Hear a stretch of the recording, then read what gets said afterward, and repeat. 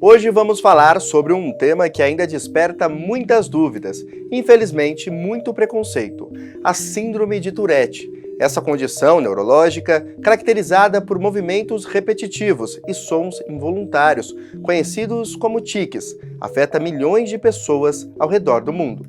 Embora frequentemente retratada de maneira caricatural, a realidade de quem vive com Tourette vai muito além dos estereótipos. Mas o que causa a Síndrome de Tourette? Como ela se manifesta no dia a dia? E mais importante, como podemos entender melhor essa condição e apoiar aqueles que convivem com ela? Para nos ajudar a esclarecer todas essas questões, convidamos o Dr. Felipe Becker e o Dr. Eudi Lobo, que vão nos explicar as nuances da síndrome, desde o diagnóstico até o tratamento. Além disso, teremos o Felipe Ferreira, um influencer diagnosticado com síndrome de Tourette, para compartilhar experiências sobre o impacto da Tourette em sua vida.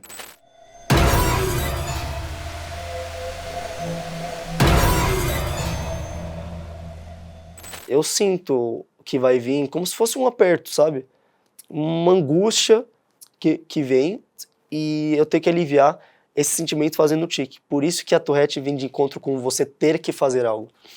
A síndrome de Tourette trata-se de uma síndrome neuropsiquiátrica porque existem elementos do funcionamento neurológico e que se expressam comportamentalmente, em que a pessoa pode apresentar tiques motores, ou seja, movimentos que não são controlados, mas que são repetidos e sem uma harmonia, desde simples como, por exemplo, piscar, movimentar uma determinada parte do corpo, até mais complexos, parecendo até que a pessoa está fazendo uma certa coreografia, como também tiques motores, ou seja, vocalizações que podem ser palavras soltas, tosses, grunhidos, sons estranhos e até combinação de palavras, algumas vezes com lógica ou sem lógica. Chegando a alguns casos mais extremos, até da verbalização e fala de palavras com xingamentos, obscenas. Então, trata-se de uma combinação ou não de involuntariedades, tanto verbais, vocais, como também físicas de movimentos. A síndrome de Tourette é um transtorno neuropsiquiátrico, né? Ele está classificado dentro dos transtornos globais do desenvolvimento, como o transtorno do espectro autista, TDAH, né, o déficit de atenção e hiperatividade. Hoje já se considera também a esquizofrenia como parte desses transtornos do neurodesenvolvimento. É um quadro que tem como características, né, muitos detalhes, muitas vezes se assemelham com questões do espectro autista, mas tem como características a presença de tiques, né, inicialmente tiques motores, podendo se evoluir com tiques vocais, tiques comportamentais, né. É um quadro do neurodesenvolvimento que apresenta como características, né, tiques motores, né, e normalmente são os primeiros sintomas que apresentam, né. Esses tiques eles precisam estar presentes no mínimo em torno de 1 ano para se pensar em uma síndrome de Tourette, senão eles ainda estão classificados como tiques simples, né, que estão fora de um transtorno, né. E podendo evoluir com tiques vocais, né, e tiques mais complexos, né, que são comportamentos diferentes ou falas aleatórias. Então, são quadros que é um quadro que traz um prejuízo significativo se tiver uma crescente, né, de desenvolvimento desse tipo de sintomatologia. Não tem um padrão de desenvolvimento, então não quer dizer que uma criança, né, o momento mais, em geral, que acomete mais, que inicia o quadro, o momento inicial do quadro, em geral, é em torno dos 5, 6 anos de idade, a média, mais comum nos meninos, né, de acontecer, e em geral se dá o início através de tiques motores, né, então piscar excessivamente ou movimentos, né, no rosto, nas mãos, né, movimentos simples, não rítmicos necessariamente, né, sem um padrão de frequência ou e que são modos comportamentais que o indivíduo acaba tendo de se autorregular, de se controlar emocionalmente, né? Controlar a própria ansiedade. Então, podendo ter uma evolução gradual, né? Se for tendo uma piora do quadro em si, esses sintomas eles vão estar ligados à questão de ansiedade.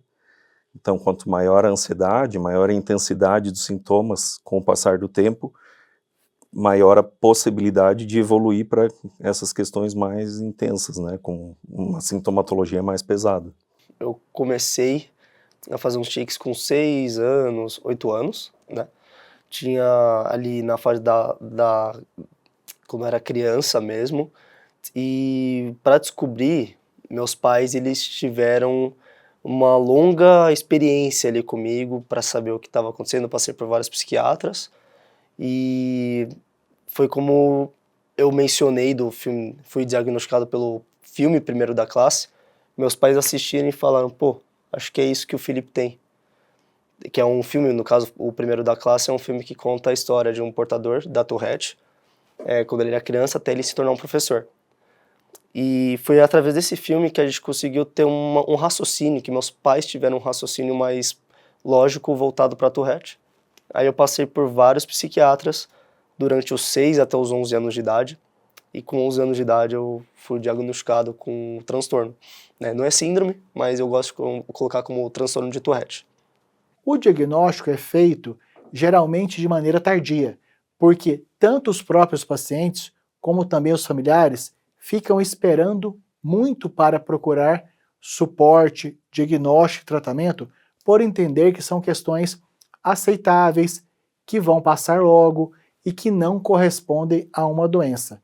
O diagnóstico ele é clínico, ou seja, realizado a partir dos relatos da própria pessoa que progressivamente vai se sentindo incomodada de ter movimentos e verbalizações que são entendidos como errôneos, feios, e geralmente a pessoa passa a ser vítima de chacota, criança e adolescente de bullying e muitas críticas sobre questões que a pessoa não tem condições de resolver sozinha, não consegue evitar por vontade própria, porque está fora do seu domínio.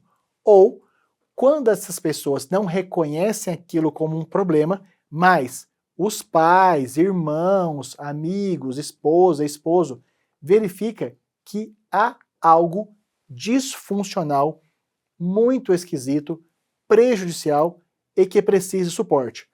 A partir disto, o profissional da saúde vai visualizar isto acontecendo para fazer o diagnóstico ou vai analisar vídeos que as pessoas levam para conhecimento ou a combinação das duas coisas. Ou seja, o diagnóstico é clínico a partir dos relatos do próprio paciente, das descrições de um acompanhante, na observação do médico disso acontecendo diretamente ou das análises de vídeos. Cara,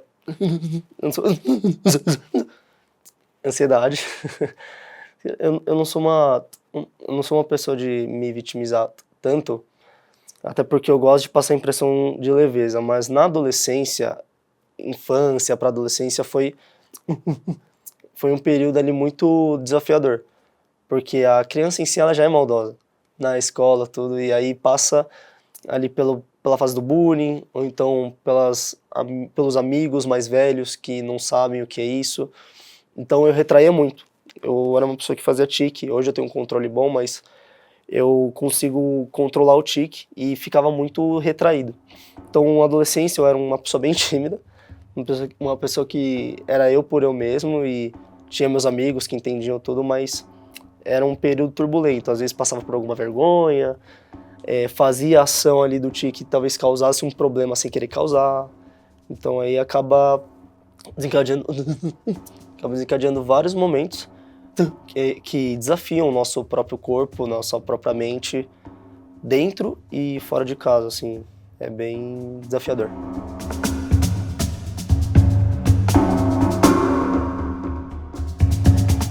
Alguns fatores, alguns estudos mostram questões genéticas, mas ainda com uma certa dificuldade de, né, tem uma variabilidade muito pequena, então tem a possibilidade sim, mas não muito bem estabelecido ainda, os estudos não deixam muito claro. Tem um fator mais da figura masculina, da figura paterna, possivelmente com traços mais semelhantes, né? Da mesma forma como crianças autistas tenderiam a ter essas características, né? Tem muitas características que se aproximam do perfil de uma criança autista, muitas, inclusive, de síndrome de Tourette, elas são identificadas como autistas, né? Então, nesses quadros, muitas vezes acabam tendo, inclusive, comorbidades que precisam ser tratadas e acompanhadas, que fazem parte do quadro, né? A gente fala comorbidade, que é para entender as características para saber abordar, né? Então, com características como transtorno obsessivo-compulsivo, transtorno de déficit de atenção e hiperatividade, alguns quadros podem apresentar epilepsia nesse processo, né? E tendem a ter muitas características como desregulação comportamental, desregulação do humor, questões de dificuldade de tolerância à frustração, dificuldade de autocontrole, controle do impulso prejudicado, né? Os sintomas da síndrome de Tourette caracterizam-se por alterações involuntárias, ou seja, sem o domínio da pessoa para a expressão em movimentos físicos envolvendo uma ou mais partes do corpo que não tem nenhuma funcionalidade, é reconhecido pelo próprio indivíduo como pelas outras pessoas do ambiente como sendo fora do esperado, mas que mesmo assim continuamente aparece, especialmente nas situações em que a pessoa encontra-se mais estressada. E ocorre também por sintomas vocais, ou seja, quando tem sons, falas, palavras soltas, frases, xingamentos, declarações obscenas sem o controle da pessoa e que tem aquela característica de que aconteceu de repente, sem nenhuma causa, motivo ou contexto. Nos quadros de Tourette, né, a nossa avaliação acaba sendo de acordo com a intensidade e a complexidade de sintomas, né, que o paciente acaba tendo e a impulsividade ou a dificuldade de controle desses, né. Então, a gente acaba precisando uma abordagem clínica, né, medicamentosa, mais intensa, efetiva, buscando um melhor resultado de autocontrole, também com a psicoterapia acessória, andando junto, né, com o tratamento clínico, para buscar uma melhor efetividade, porque a gente não obtendo um melhor controle dessas questões comportamentais grosseiras que a gente fala, né, esses movimentos aleatórios, essas falas, né, que podem aparecer, a gente fala coprolalia, que são falas, né, de conteúdo inapropriado, né, de xingamentos, né, ou conteúdos inesperados, assim, em ambiente social, que a pessoa acaba não segurando mesmo e se expondo, né, e isso naturalmente vai tendo uma repercussão ainda maior que o quadro por si só, né, essa exposição que ela acaba tendo por não se controlar, né.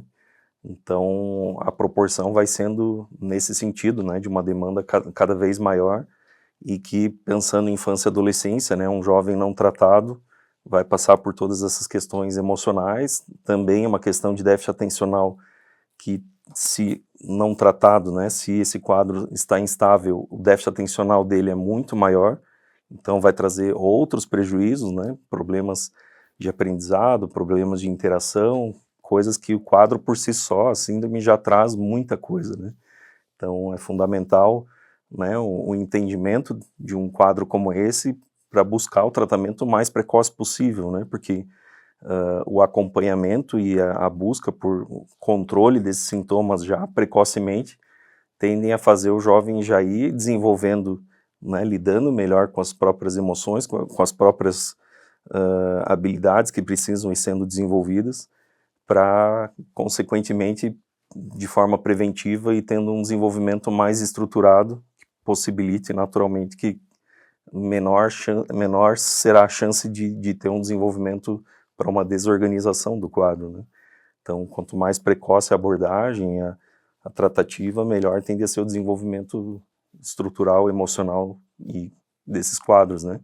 Mesmo assim, alguns fatores não tem como ter controle, né? A história não é exatamente essa sempre, não se repete, é a intenção e, em grande parte dos quadros, auxilia muito, né? Essa abordagem precoce e acompanhada, mas tem quadros que acabam tendo um desenvolvimento e lá na frente dá um start para uma situação mais exagerada, principalmente entrando na adolescência. É o momento que tem uma maior propensão, uma maior possibilidade de desenvolvimento de tiques ou de comportamentos mais complexos, mais elaborados, né, com demandas mais intensificadas. Uma questão de a gente ser que nem esse da gagueira esse da gagueira que eu tenho, eu acabo vem espontaneamente.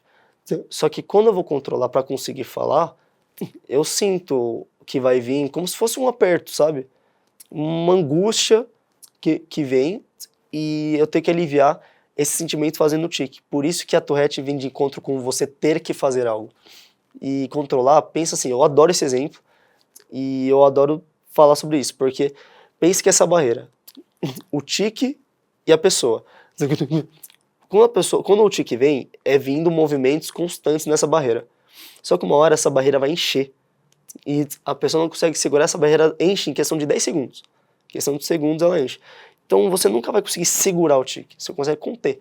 Só que você sente que você vai fazer o tique e deixa sair. Então quando as pessoas estão na rua, talvez esses tiques que eu tô fazendo com o rosto seja mais comum.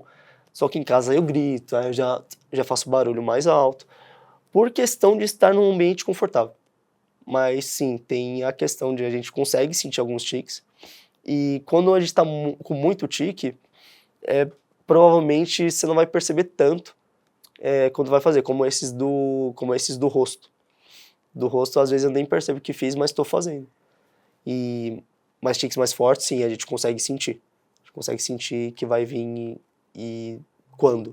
Agora que já entendemos o que é a Síndrome de Tourette e como ela se manifesta, é hora de falarmos sobre um aspecto essencial, os impactos que essa condição pode trazer para a vida de quem convive com ela. Além dos tiques visíveis, a Tourette pode gerar desafios emocionais, sociais e até profissionais. Como essa condição afeta o cotidiano? Quais os prejuízos que ela pode causar no desenvolvimento pessoal e nas relações sociais?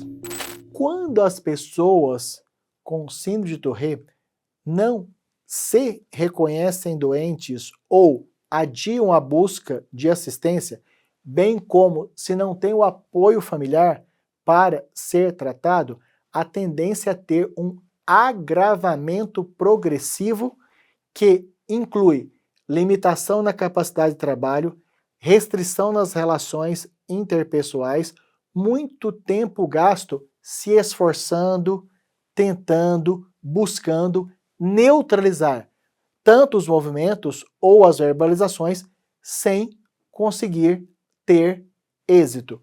Então, as consequências do não tratamento incluem muita perda de tempo, alto desgaste social, sensação de incapacidade por não ter o controle de questões que acontecem à revelia da vontade e, especialmente, uma situação que poderia ser tratada apenas com psicoterapia passa a ter necessidade de uma assistência muito mais complexa.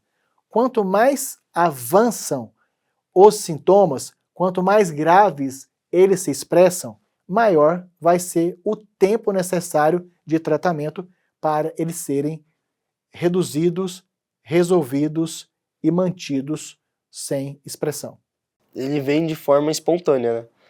O tique em si, ele pode acontecer em qualquer momento, só que se eu tô ansioso, irritado, talvez esses dois mixes de emoções, ele pode acabar fazendo que eu tenha mais tiques de forma incontrolável. Então é como se fosse uma bola de neve. Quando eu estou mais ansioso, eu acabo tendo mais tique mesmo. Se eu estou relaxado, por exemplo, eu consigo passar um bom tempo sem fazer tiques, controlar mais, mas quando a gente está ansioso, principalmente, ele piora. Numa situação de medo, sabe? Tudo que tem a ver com a emoção pode desencadear um tique, como foi para mim durante esses longos anos. Certamente, um caso não identificado e tratado precocemente tem uma propensão muito maior de trazer prejuízos para a vida adulta, né? Isso, o diagnóstico precoce é essencial para ter a abordagem e a identificação das demandas iniciais que estão se mostrando ali, para que a criança já vá tendo o suporte necessário, né? Porque caso isso não aconteça, a gente possibilita que outras demandas que nem são necessariamente do Tourette aconteçam, né? Então, questões cognitivas, né, um prejuízo e um deterioro do desenvolvimento cognitivo, né, uma desatenção ampliada, porque gradativamente um quadro de Tourette não tratado, ele vai produzir desregulações de humor, desregulações de comportamento, né, vai trazer demandas de ansiedade que naturalmente trazem um prejuízo maior do comportamento. Então a pessoa acaba evoluindo provavelmente com dificuldades, tanto questões possivelmente de aceitação de regras, de limites, de tolerância à frustração, capacidade de lidar com desregulações do humor, de autocontrole, o desenvolvimento dessas questões, né? Então, principalmente, quanto mais precoce o início do quadro, né? E quanto maior a demora da abordagem terapêutica, maior a possibilidade de um agravo para a chegada na vida adulta com mais demandas, né? Mais um prejuízo para a saúde mental muito mais intenso. O tique, o tique para a maioria das pessoas, ele é transitório. Então, se a pessoa tem um tique por 3 meses, daqui 3 meses ou mais tempo, ele pode mudar. Os meus tiques na adolescência, eles mudaram muito. Eu passei há bom tempo da minha parte contorcendo o pé. Então eu fazia isso aqui, e doía. Depois passou pra mão. Vocês vão dar pra mostrar? Que faz isso, então eu entortava. Depois posso até mostrar uma foto que eu tinha uma tala na mão, de tanto fazer isso aqui. E aí evoluiu pra entortar o ombro. Então eu deslocava, e até hoje é meio desnivelado, sabe? Então são as vontades que a gente tem ao longo da vida, e eu penso muito que a gente pode pegar esses tiques. Por exemplo, se é de uma pessoa pulando 2 passos e pula. Se a gente faz isso e dá vontade de fazer isso, acaba virando um tique. Eu tinha a mania que comecei quando era pequeno de 1, 2, dá um saltinho. 1, 2, dá um saltinho. E também contrair a perna. Então tinha contração muscular, hoje eu já não tenho. E ele vai mudando conforme o tempo. Geralmente o meu durou de 3 meses a 6 meses. E muda de acordo com o tempo. Tem só um que perdura até hoje, que eu detesto, mas faz parte, é se travar. Que eu tenho tipo como se fosse uma gagueira, né? Então ele acaba mudando conforme o tempo mesmo, pode durar mais, durar menos, mas ele é transitório.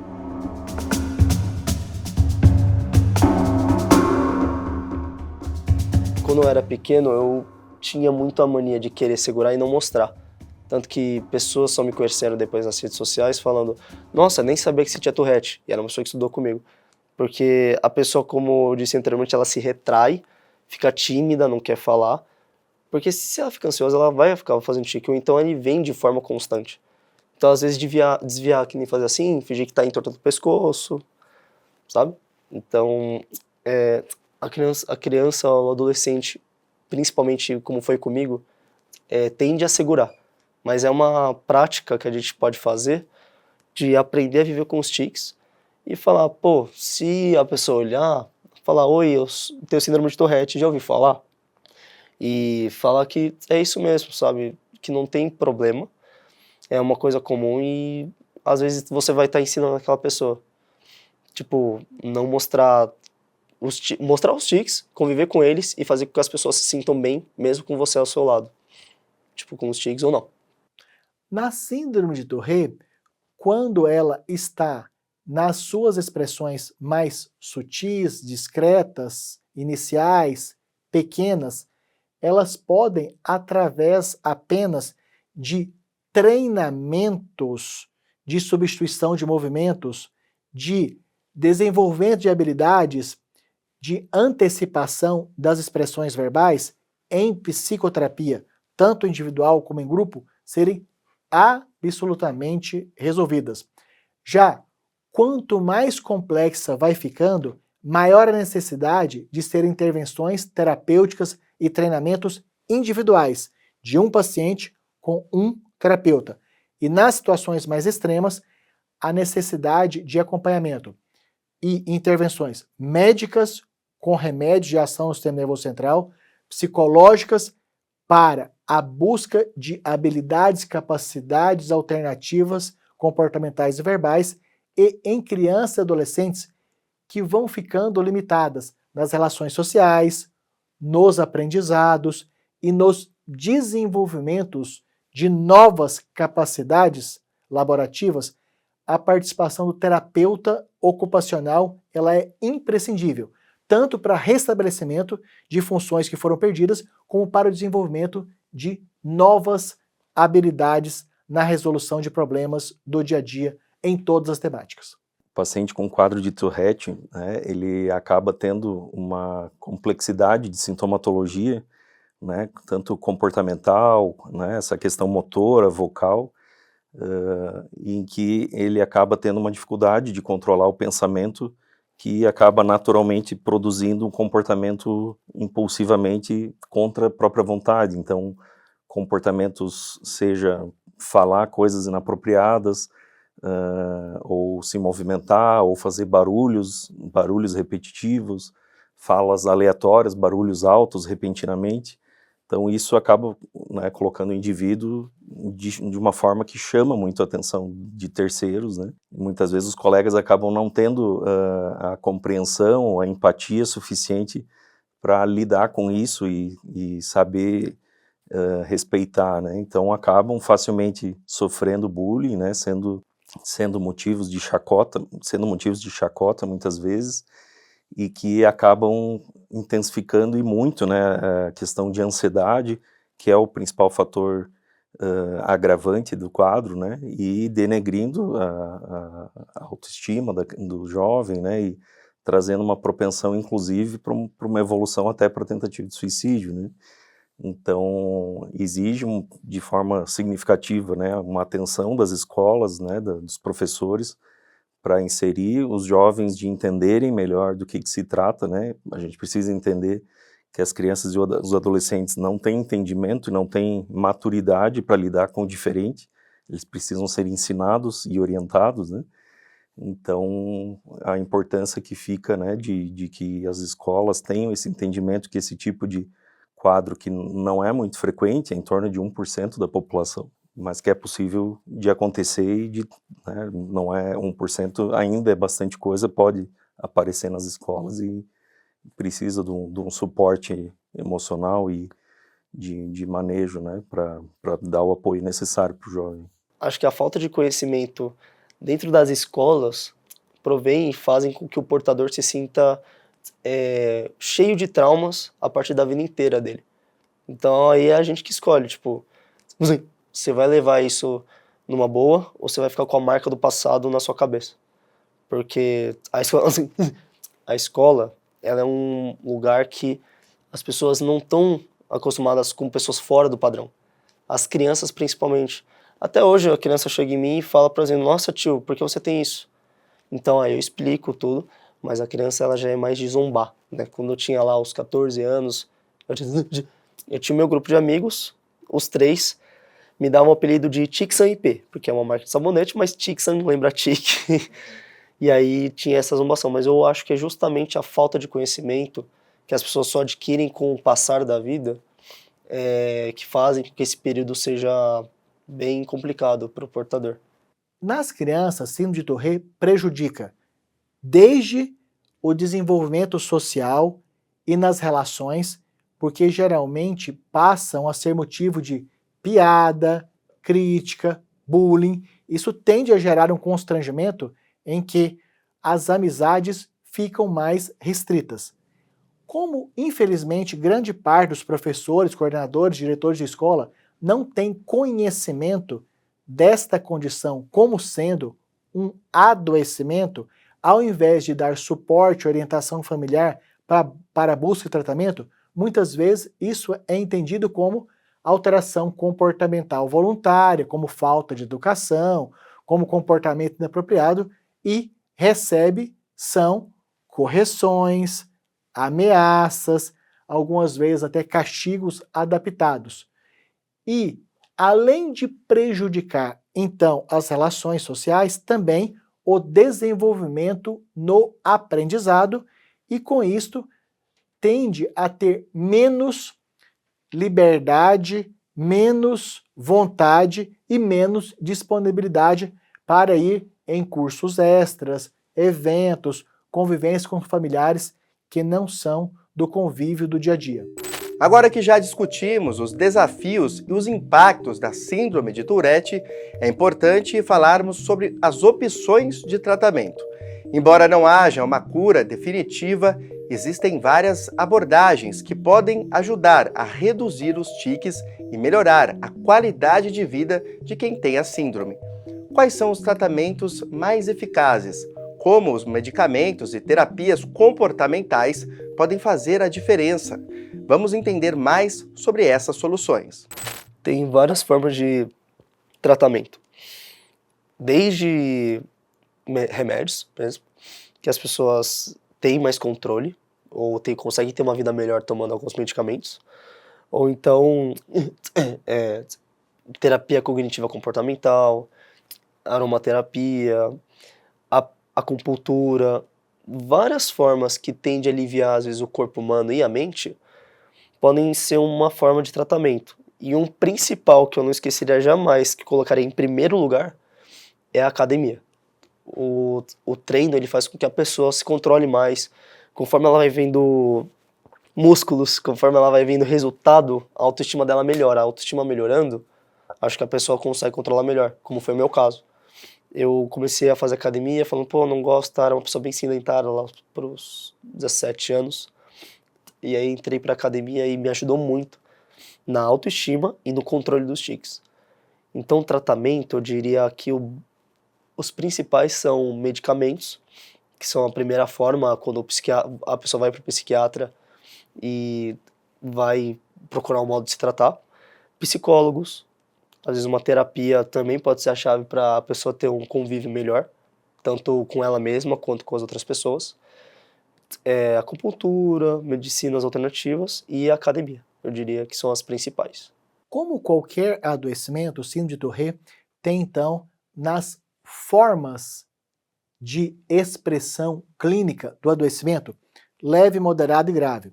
Nos casos simples, em que não há limitação, nem grandes sofrimentos, em que a sintomatologia é muito discreta, a psicoterapia cognitiva comportamental e as terapias de reversão de hábitos são absolutamente suficientes para, num tempo médio de 2 a 6 meses, ter um resultado totalmente de resolução. Quando estes sintomas já são expressos de modo com intensidade moderada, média, muitas vezes só a psicoterapia ou vai demorar muito tempo para ter resultado ou não vai conseguir ter êxito de maneira isolada. Há a necessidade da associação de tratamento medicamentoso concomitante. Nos casos extremos, muitas vezes o primeiro tratamento tem que ser apenas medicamentoso para um alívio inicial dos sintomas e, posteriormente, a associação com psicoterapia. A vantagem do tratamento medicamentoso é uma resolução comparativamente mais rápida do que apenas a aplicação da psicoterapia. E a enorme importância da psicoterapia é a criação por parte do paciente de habilidades, capacidades, condições para que, depois de resolvido o sofrimento, possa ter percepção sobre sintomas discretos de restabelecimento do adoecimento e já procurar um tratamento que resolva da maneira mais rápida e precoce possível.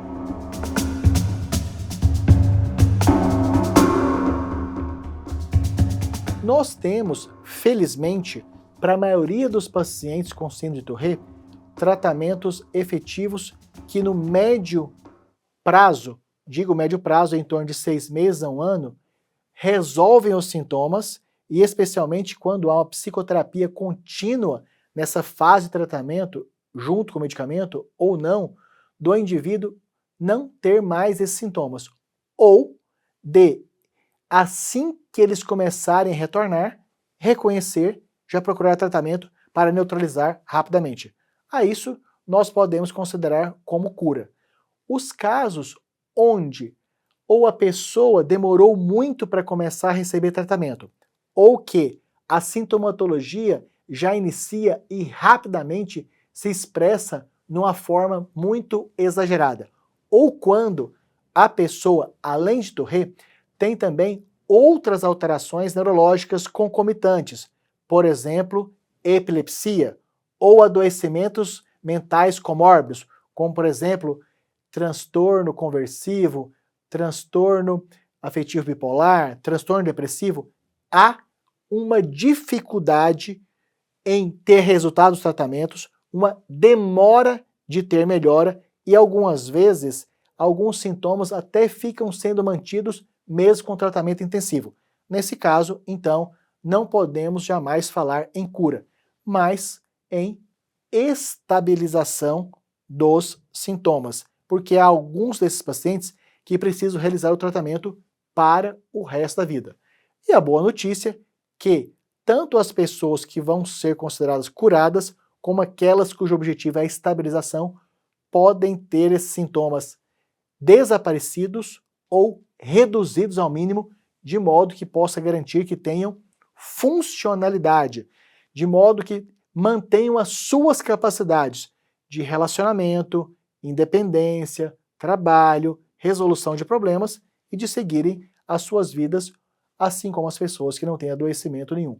Ou seja, felizmente é tratável e com ótimos resultados, especialmente quando isso é reconhecido de maneira precoce, ou seja, já a partir dos primeiros sintomas que vão sendo manifestados.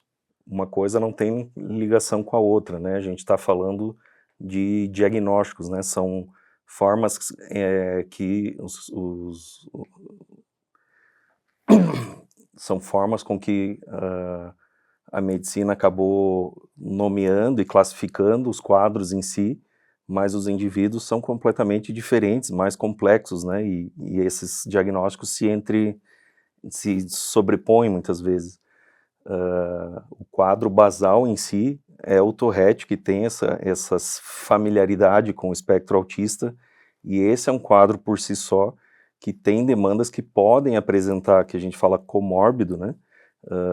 Um transtorno obsessivo compulsivo, que são características, não é um quadro novo, né? É um quadro que dentro do espectro apresenta também essas características, né? E naturalmente a gente pode pensar também que enquanto a criança, né, o adolescente que está passando por essas questões apresentam uma agitação muito grande, uma ansiedade muito grande, elas estão naturalmente tendo uma questão cognitiva atencional prejudicada. Então, se ela naturalmente vai ter um déficit de atenção grande, principalmente se não tratado, né? E se tiver um quadro de hiperatividade associado, isso vai trazer um prejuízo ainda maior, porque a intensidade de sintomas, né, hiperatividade traz uma intensidade, uma amplitude nos sintomas do Tourette que agrava muito, né? Então, os quadros, eles podem, mais com o intuito, né? Um quadro se sobrepor ao outro, é mais com sentido de classificação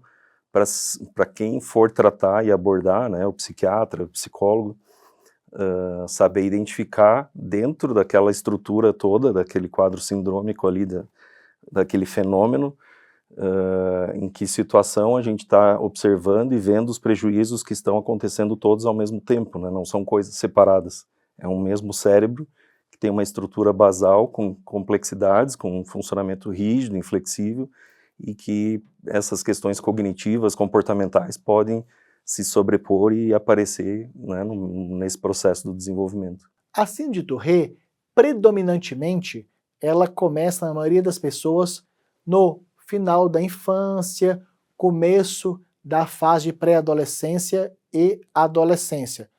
Já fica mais raro aparecer inicialmente na adolescência e muito mais raro em adultos. Então a predominância é do aparecimento na fase infanto-juvenil, sendo exceção na fase adulta. O que nós notamos que algumas vezes se espera tanto para reconhecer que aquelas características, comportamentos, expressões físicas e vocais estão alteradas quando adquirem expressões muito exacerbadas. Ou seja, na verdade, já tinha o diagnóstico há muitos anos atrás, mas como evoluiu de maneira muito lenta, ficou parecendo que só surgiu na idade adulta. Mas na verdade, já tinha se instalado há muito tempo, mas não tinha sido reconhecido. Ou aqueles sintomas, características, comportamentos e manifestações eram considerados aceitáveis ou administráveis, ou sem causar prejuízo. Para cada pessoa tem um gatilho específico. Comigo, a ansiedade é o principal gatilho e a sensibilidade nas coisas, às vezes o toque, aí eu tenho que retribuir. Eu tenho um irmão gêmeo e ele não tem Tourette, mas eu cutucava ele me cutucava de volta. E essa sensibilidade, eu cutucava ele de novo. E aquilo acaba causando uma briga, sabe? E eu acabava, tipo, cutucando e meus pais, para de cutucar seu irmão. E eu não sabia porque, tipo, tinha vontade. Então, tipo, se eu encosto no negócio, por exemplo, eu bati o dedinho na quina. Eu não vou passar, nossa, que dor, e passou. Não. Eu tenho que ir lá e, tipo, dar um chutinho, sabe? Pra aliviar. Então, se eu bato essa parte aqui do osso, aí eu falo, puta, doeu, eu dou, tipo, um soquinho, assim, que é uma forma que eu vejo como gatilho, sabe? Tipo, de não conseguir controlar e fazer aquela ação. Sabe quando a gente tá numa bolha, aí a gente fala, não, hoje ninguém vai me encher o saco. E é só que essa bolha a gente vai enchendo. E aí eu vejo que quando a gente enche demais essa bolha, ela estoura.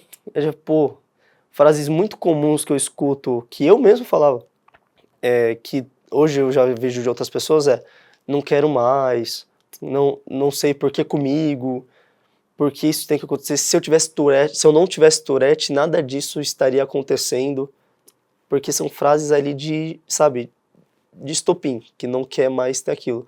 E quando a gente faz isso e chora, isso libera. Então é a mesma coisa como se a gente estivesse relaxando naquele momento. Relaxa, sabe? Então, eu mesmo, quando eu tenho crises assim, eu me isolo, às vezes eu perco o controle, aí eu posso ficar isolado, mas eu choro e dá uma sensação de relaxamento. Então acho que vem muito disso, de eu conseguir relaxar e conseguir dar uma acalmada. Então vem muito de encontro a isso. Porque pro processo chegar até você chorar é porque o negócio está pegando muito. Então é uma bolha que enche e quando ela estoura vai tudo de uma vez. Então fala coisas como talvez por isso que as pessoas entram em depressão. Entendeu? Quando as pessoas com Tourette têm depressão é porque não aguenta mais passar pelas mesmas coisas, o que não é correto, mas tem forma de aliviar. E quando a pessoa passa por esse momento, ela dorme, esqueceu, e no dia seguinte está com um tique de novo. Então, é muito nessa pegada.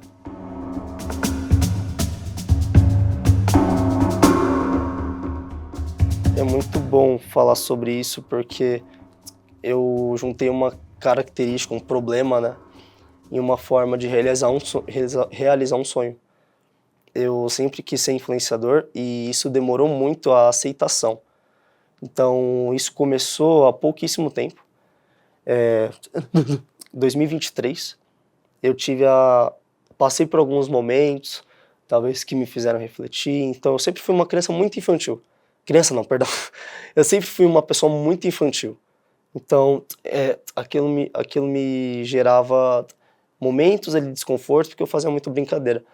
E aí eu passei, com tique pode ser assim também. E eu comecei com a intenção de fazer com que as pessoas, que eu conseguisse transitar melhor para os lugares. Foi um conceito de primeiro me aceitar e falar sobre. Quando isso evoluiu, eu passei a fazer com que outros pais e mães pudessem ajudar seus filhos a não passarem pelo que eu passei. Então eu fui com esse dilema para começar nas redes sociais, porque isso ajudou muito a ajudar outras pessoas que estão na adolescência, que estão lá no começo da síndrome, ou então pessoas que são bem mais experientes e não têm o diagnóstico, né? Então isso ajudou muito a ajudar outras pessoas. fui mais para me ajudar, fui mais para entreter, e acabou virando um negócio que eu nunca imaginaria que se tornaria e que está se tornando uma paixão para mim. Eu amo falar disso nas redes sociais de forma leve, e agora eu consigo ajudar muitas pessoas informando e fazendo as pessoas conhecerem, então isso não tem preço. A parte do Dileira, das pessoas que lá fora gravam também e conseguem milhões de visualizações fazendo tique, eu acho que isso é até legal porque tudo aquilo é verdade. Na minha visão, é uma questão que aquilo são vários tiques, então cada pessoa vai ter um tique diferente. O Dileira, por exemplo, como a gente citou, ele é uma pessoa que tem a vontade de falar palavrões, palavras obscenas, e que isso chama coprolalia. O nome coprolalia é quando as pessoas têm a vontade de falar o que vem em mente, né, e falar palavras chulas, por exemplo. Assim como os tiques das pessoas lá fora, eu acho que passa a visibilidade das pessoas saberem. Eu só consertaria uma palavra que não é só isso, porque tique depende de cada pessoa tem uma mania, independente se é Tourette ou não. Então, acho que essa parte a gente precisa mostrar assim, a Tourette é um entorno do ter que fazer algo, ter que fazer um tique ou ter que falar alguma coisa. Eu tenho muita ecolalia, repetir a palavra, tava lá no evento, eu ficava, tipo, repetindo a palavra e parecia que eu tava falando sozinho. A pessoa vira e fala, nossa, o cara é esquizofrênico. Não, é porque eu tenho ecolalia mesmo. Mas tem essa questão, então são vários tiques que perduram, né? E eu acho que essa parte do Dileira, Psyll, eu sempre fui fã deles porque eu adorava, era criança que assistia o YouTube. Psyll, Jaegessu, Joyce Luz, Pallola, são inspirações para mim para continuar da forma como eu sou para fazer esse conteúdo. Poderia ser diferente? Poderia, na questão de informar mais, além de servir só para simples views e curtidas. Mas eu acho uma coisa bacana de estar no meio ali, por mais que não seja tão informativo quanto o meu perfil, eu acho que é legal para as pessoas terem mais visibilidade, falando, ó, isso existe. Então é muito, muito bom.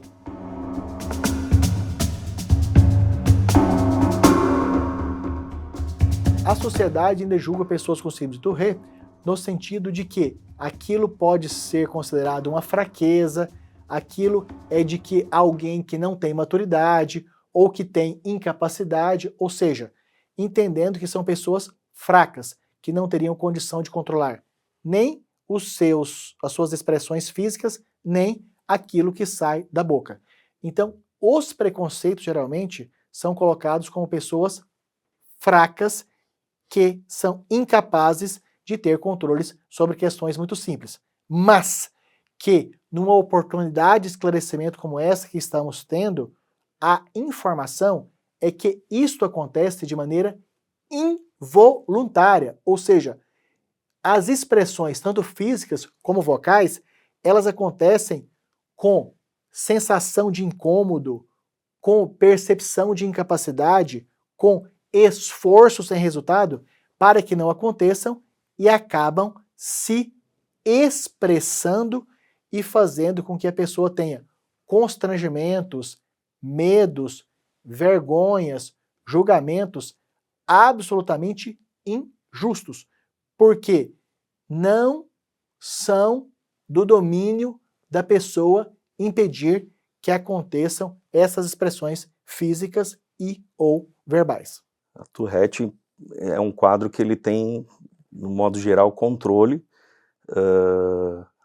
O desenvolvimento, muitas vezes, ele se dá de forma diferente de um quadro para o outro, então muitos pacientes começam a ter características mais intensas, né, dos tiques vocais, tiques motores, e gradativamente vai tendo um declínio, principalmente de intensidade, de frequência ou de demonstração dos sintomas, né, muitas vezes indo para a vida adulta, que tenderia a um fator de hiperatividade basal que a criança pode ter, indo para a vida adulta vai tendo um declínio, muitas vezes, da intensidade, da proporção que esses sintomas demonstrem, né? Então, cada caso é um caso, mas tende a necessitar tratamento medicamentoso e terapêutico por bastante tempo para auxiliar que esse desenvolvimento, esse processo do desenvolvimento neurológico e psicológico que está acontecendo na infância e adolescência aconteçam da forma estruturada melhor possível, né? Então, inclusive com a abordagem do contexto familiar, que se a criança ou adolescente, né, que passam por esse quadro estiverem inseridos num contexto agitado ou violento ou agressivo ou com outros fatores, tendem a desorganizar, né, são fatores ambientais que trazem um nível ansiogênico muito grande para a criança, que vai, né, é uma criança que tende a absorver muito mais, tem uma questão sensorial ampliada, e acabam sendo intensificadores dessa ansiedade que desregula e traz essas questões comportamentais como consequência, né?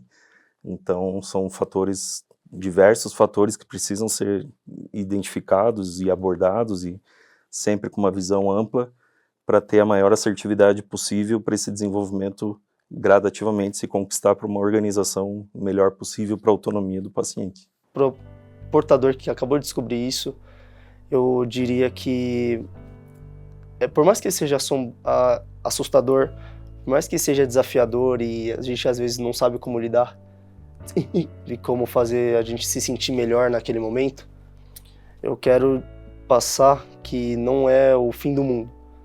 Então, se você tem a Tourette, se eu tenho a Tourette, é porque tem um propósito. E a gente veio cumprir isso de forma a nos ajudar os outros, porque nós somos 7 bilhões de pessoas no mundo e 1% dessas pessoas conhecem a síndrome de Tourette. O transtorno em si é muito pouco divulgado. Então, não se assuste. A pessoa que tem 11 anos de idade, a partir da adolescência, ela vai ter tique mesmo. O importante é cuidar da cabeça, o importante é você se cuidar e falar que aquilo faz parte de você.